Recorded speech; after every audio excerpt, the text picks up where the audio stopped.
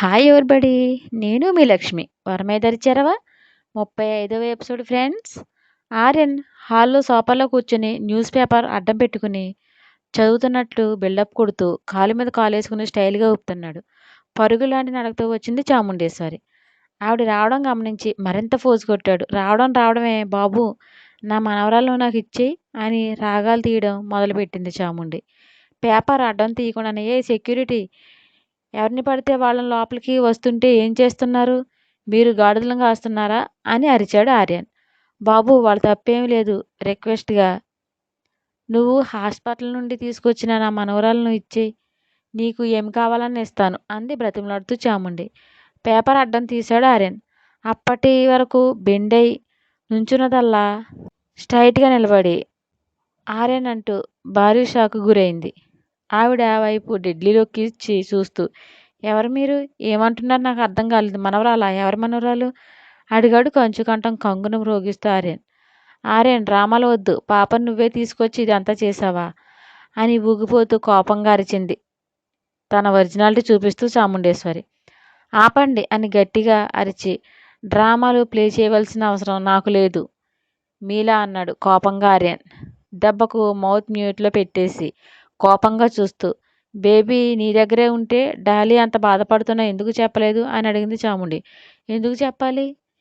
నేను చెయ్యి లేపితేనే తనని చంపేస్తున్నట్లు బిల్డప్ ఇచ్చి తీసుకెళ్లారు. మరి తన ఏడుపు, బాధ, కన్నీరు మీకు కనిపించలేదా? మిమ్మల్ని కదిలించలేదా? అడిగాడు సూటిగా ఆర్యన్. మౌనమే సమాధానంగా అయింది చాముండి నుండి. టెల్ మీ మేడం, తల్లిగా మీకి లేనిది నాకెందుకు అంటూ అని అరిచాడు ఆర్యన్. సారీ ఆర్యన్, మనుషుల్లో వాళ్ళ మనస్తత్వాలను అంచనా వేయడంలో రాంగ్ స్టెప్ వేశాను అని. ప్లీజ్ బేబీని ఇవ్వు. డాలీ బాధ చూడలేకపోతున్నది రిక్వెస్ట్గా. ఇవ్వను, తను నా బేబీ, మీకు సంబంధం లేదు, మీరు వెళ్ళొచ్చు అని గమ్మ వైపు చేయి చూపించాడు ఆర్యన్. అప్పుడు బల్బు వెలిగి, నువ్వు వేరే కంట్రీ వెళ్ళిపోతున్నావు అన్నారు సత్య. ఆరాధ్యను మ్యారేజ్ చేసుకుంటున్నావు అని చెప్పారు. ఇంకా బేబీ నీకెందుకు, మాకు ఇచ్చేయి, అది సీరియస్గా అంది చాముండి. నేను పెళ్లి చేసుకున్నా కూడా ఇవ్వను. తను నా బిడ్డ. నీకు ఇవ్వడం అంటే నాన్సెన్స్. ఇంకో హారికలా తయారు చేస్తావా? ఇస్తే అసలు అడిగే రైట్స్ నీకు లేవు. మర్యాదగా బయటకు నడవండి అని పొగరుగా చెప్పాడు ఆర్యన్. ఆర్యన్ అంటూ కోపంగా అరిచి, తప్పు నా వైపు ఉంది కాబట్టి ఇంత రిక్వెస్ట్ చేస్తున్నా. వేరే పెళ్లి చేసుకునేవాడికి బేబీ ఎందుకు? ఇప్పుడే నా మనవరాలను తీసుకెళ్తా. ఎవరు అడ్డం వస్తారో నేను చూస్తా అని కోపంగా వెళ్ళింది చాముండేశ్వరి. పిచ్చిమాయ పెళ్ళం మారిందని సంతోషంతో తీన్మారాడుతున్నాడు అనుకుంటా. ఈవిడ మాట జన్మలో జరగదు అని తెలీదు పూర్మావయ్య అని జాలిపడ్డాడు ఆర్యన్. అటు తిరిగి ఉన్న హారికను చూసి ఆరాధ్య అనుకుని, ఏ ఆర్యు, నా మనవరాలను ఇటు ఇవ్వి అని ఆర్డర్ వేసింది. అటు నుండి ఎటువంటి రెస్పాన్స్ రాకపోయేసరికి, ఏ నిన్నే వినిపించడం లేదా అని కోపంగా వెళ్ళి భుజం మీద చేయి వేసి వెనక్కి తిప్పింది చాముండి. కోపం నిండిన కళ్ళతో చూసింది హారిక. డాలీ నువ్వా అంటూ కళ్ళు పెద్దగా చేసి అడిగింది చాముండి. నిన్ను ఎవరు రానిచ్చారు అని యమ సీరియస్గా అడిగి, ఆర్య అంటూ అరిచి, ఈమె ఎవరో వచ్చి గలటా చేస్తుంటే సైలెంట్గా ఉంటావే, మెడపట్టుకుని బయటకు గింటు అని కళ్ళేర చేసింది హారిక. డాలీ అని బాధగా పిలిచింది చాముండి. చేయి పైకెత్తి, నన్ను అలా పిలవకు. నువ్వు అర్హత ఎప్పుడో కోల్పోయావు. ఇంకోసారి నా దరిదాపుల్లోకి రాకు. నీ మొహం కూడా చూడాలంటే నాకు అసహ్యంగా ఉంది అని పాపను తీసుకుని కోపంగా వేరే రూమ్కి వెళ్ళి డోర్ లాక్ చేసుకుంది హారిక. కళ్ళనీళ్లు కారుస్తూ తడబడే అడుగులతో బయటకు వచ్చింది చాముండి. ఆర్యన్ పొగరుగా చూస్తూ, సరిపోయిందా మేడం, ఇంకా కావాలా అని హేళనగా నవ్వి, చూడండి మనిషికి ఎంత వేస్తున్నా తినేది అన్నమే, అది కడుపు పట్టినంత తింటాం. అలాగే డబ్బు మన స్టేటస్ని పెంచుతుంది, దానిని నేను కాదనను. కానీ స్టేటస్ పిచ్చిలో పడి కన్నబిడ్డ లైఫ్తో ఆడుకోవడం మీకే చెల్లింది కాబోలు అంటూ వెక్కిరించాడు. చాముండేశ్వరికి మనసులో బాధ సుడులు తిరిగి కళ్ళల్లో నీళ్లు ఊరగా పంటి బిగువని దుఃఖాన్ని అదింపెట్టి, నువ్వు చెప్పింది అక్షర సత్యం ఆర్యన్. నాకే నా కూతురు అసహించుకునే వరకు ఆ సత్యం బోధపడలేదు. నన్ను క్షమించు ఆర్యన్. ఇలాంటి గుణవంతుడిని నీచంగా చూసి అనరాని మాటలతో అవమానించాను. క్షమించమండం కన్నా నేను ఏమీ చేయలేను. మీ మదర్ నిజంగా చాలా గ్రేట్ పర్సన్. ఎంత ఆదర్శవంతంగా మిమ్మల్ని పెంచినందుకు సారీ ఆర్యన్ అని వడివడిగా నడిచి వెళ్ళిపోయింది. నైట్ ఆర్యన్ అడిగింది హారిక ఆరు గురించి. తన చేతిలో ఫోన్ పెట్టి కూతుర్ని తీసుకుని హాల్లోకి వెళ్ళిపోయాడు. ఆడి వీడియో ఆన్ చేసింది. హాయ్ హరి, ఎలా ఉన్నావే అంటూ స్క్రీన్ మీద నవ్వుతూ పలకరించి. సారీనే, నువ్వు లేకుండా నా మ్యారేజ్ అయింది అని. తప్పు నాది కాదు అంకుల్, ఆర్యన్ సార్ చేశారు అని మూతి ముద్దుగా ముడిచి. సారీ హరి, నువ్వు బాధలో ఉంటే రాలేకపోయాను. నా బుజ్జి బడ్డీ కోసం త్వరలో తిరిగి వస్తా అని ఫోన్ తిప్పి మై హస్బెండ్ అర్జున్ చూపించింది ఆద్య. హాయ్ అంటూ నవ్వుతూ చేయి ఊపి, మీ ఫ్రెండ్ని చాలా జాగ్రత్తగా చూసుకుంటాను, మీరు టెన్షన్ పడకండి, త్వరలోనే మీట్ అవుదాం, బాయ్ అన్నాడు అర్జున్.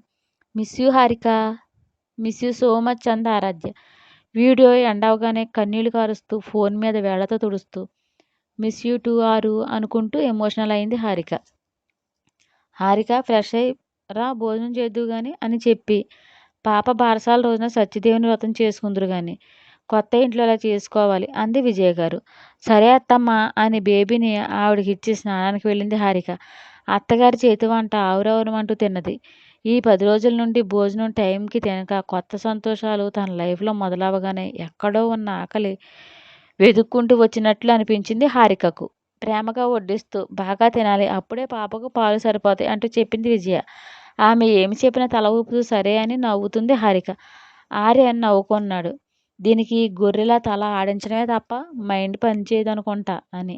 అదే మాట రూమ్లోకి వచ్చాక అంటే, అత్తమ్మ మాట వింటే నా లైఫ్ తేనె అంత మధురంగా ఉంటుంది, అందుకే తల ఆడిస్తున్నా. ఇప్పుడు మధ్యలో నీకు బాధేంటి అని గడుసుగా అడిగింది హారిక. బాగానే ముదిరావు అని బేబీతో ఊసులు చెబుతూ నవ్వాడు ఆర్యన్. ఆఫీస్కి వెళ్ళేటప్పుడు డైలీ మనవాళ్ళ కోసం వచ్చేవారు. గంట సేపైనా ముచ్చట్లు చెప్తేనే కానీ కదిలేవారు కదా సత్యదేవ్. విజయ నవ్వేది. అసలు కంటే వడ్డీ ముద్దు ఎందుకు అంటారు, మిమ్మల్ని చూస్తే తెలుస్తుంది అన్నయ్య గారు అని.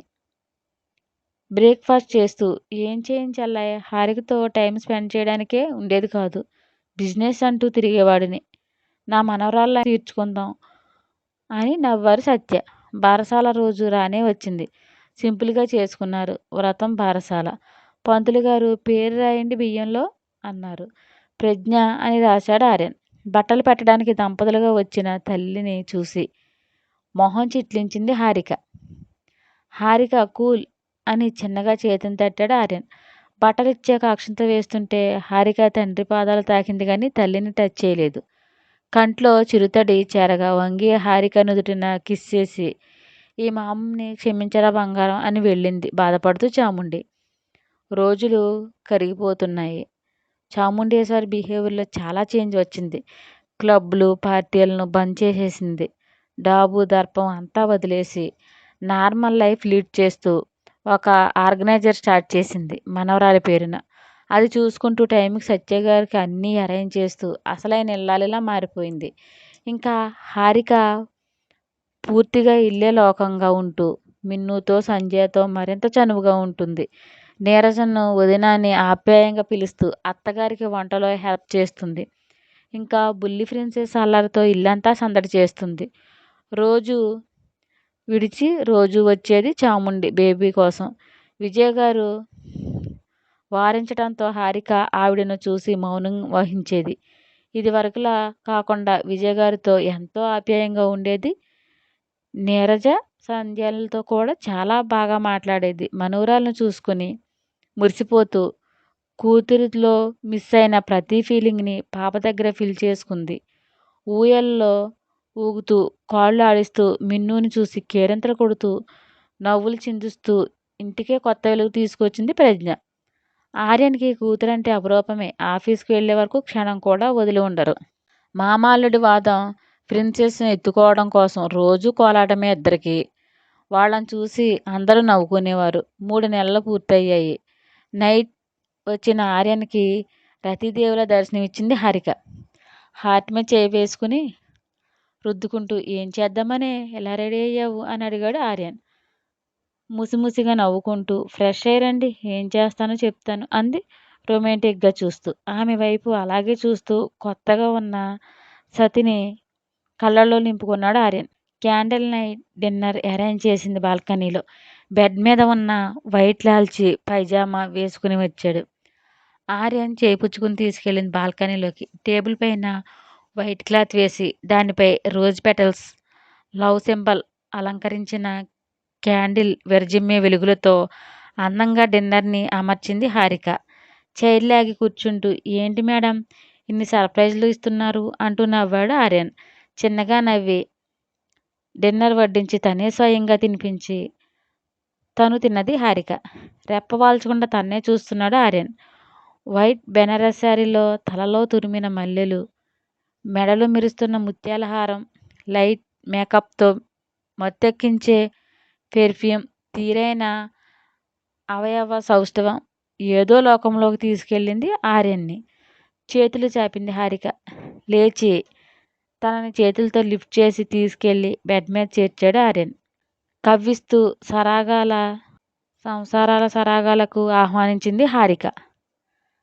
ఆమె మీదకు చేరి తనువంతా ముద్దులు వేస్తూ తన ప్రేమను చూపిస్తూ లాలిస్తూ మురిపిస్తూ తనలా ఐక్యమయ్యాడు ఆర్యన్. ఎడబాటు తర్వాత సంపీగం అంత మధురంగా ఉంటుందని రుచి తెలిసి ఆ రాత్రి మరో తీయని రాత్రిగా మలుచుకున్నారిద్దరు. ప్రతిరోజు సంతోషాలు ఆ ఇంట నిలిచేవి. నీరజ భర్త రావడంతో తను మిన్ను అమెరికా వెళ్ళిపోయారు. ఆర్యన్ లైఫ్ సంతోషం సరాగాలే అయ్యాయి హారికతో కలిసి. ప్రతి రాత్రి తొలి రాత్రి వారికి.